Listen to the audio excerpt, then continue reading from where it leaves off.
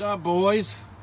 So as requested, gonna give you guys at least a bench review of the NAVAC 8CFM vacuum pump.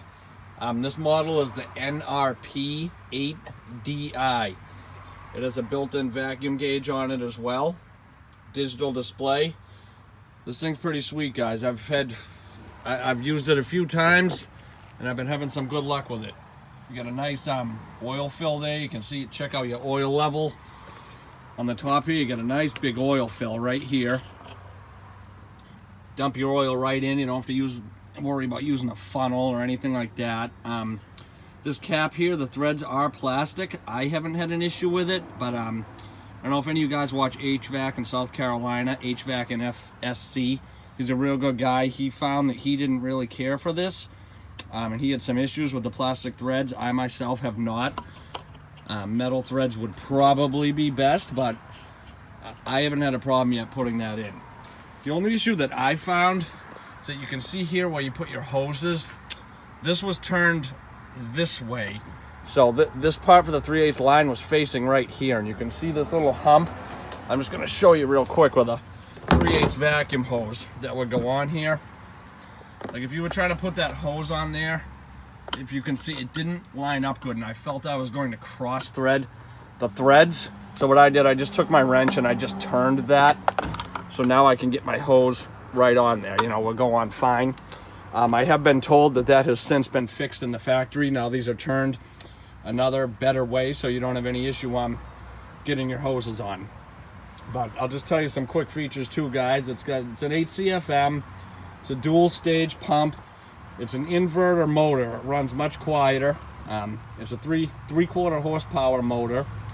The oil capacity is 20 ounces, and the weight of it is 25.35 pounds. It's a little lighter than your conventional pump that would be this size. So it's been pretty cool. I've enjoyed it. I'll just show you quick. Like if you flip it on, you see you got your digital display here.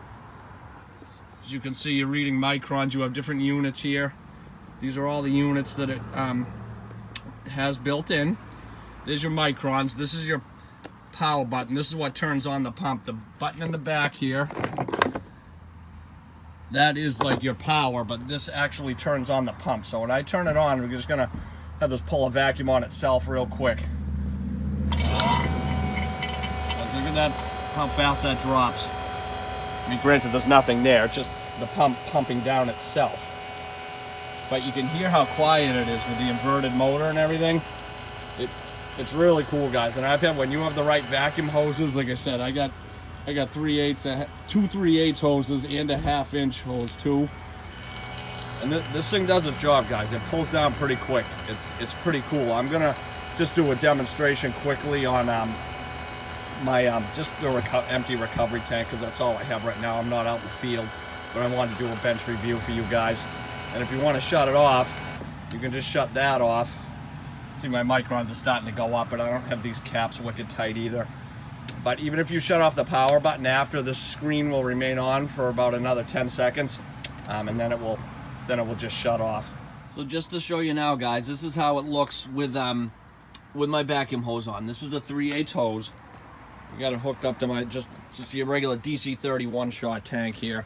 But you can probably see, like, if this was turned the way I was saying back this way, it would be these hoses are very thick and stiff. It was really hard to get the hose on with this little hump here.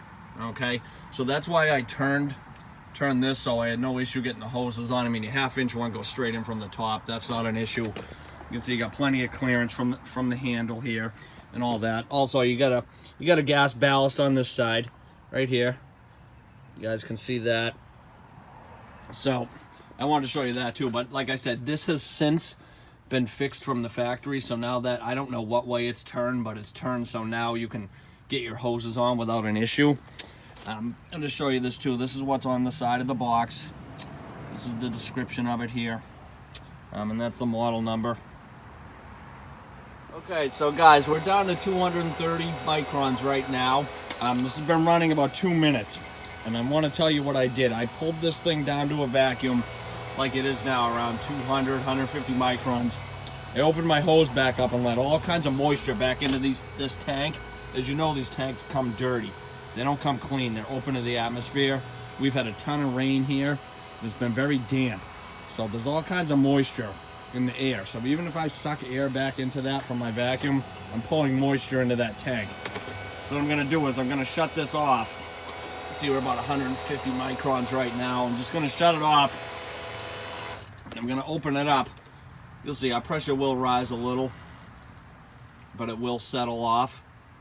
But I'm gonna open this up and just let all kinds of air back into this tank, and then we're gonna run it again.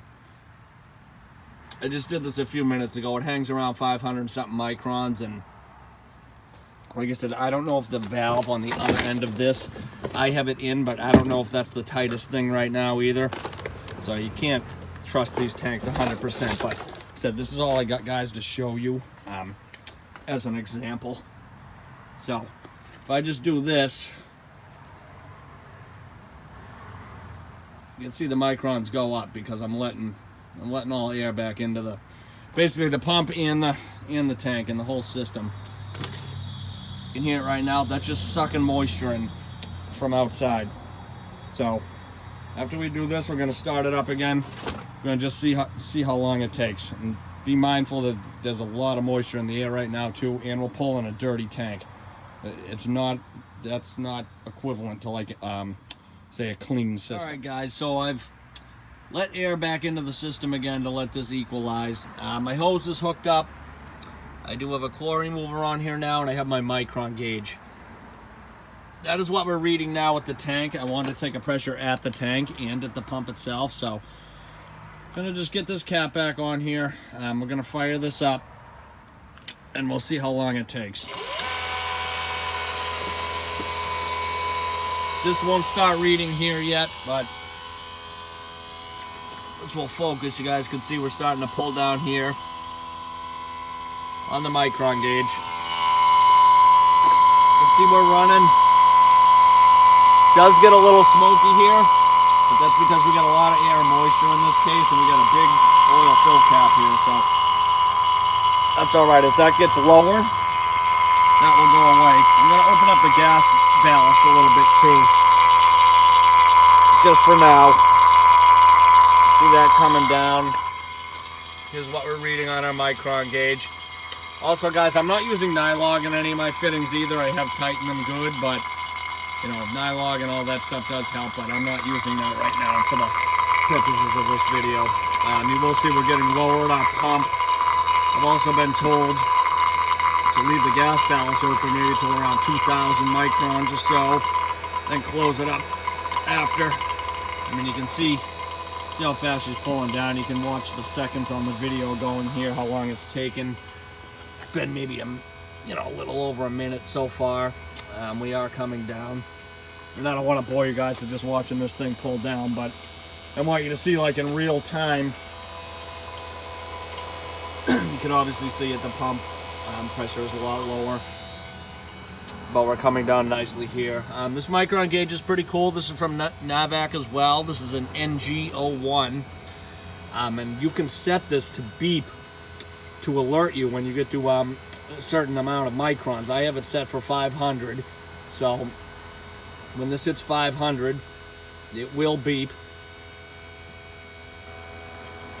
You'll see we're getting there. Like I said, my hoses may not be the tightest thing either anymore, so this is what we're reading at our pump.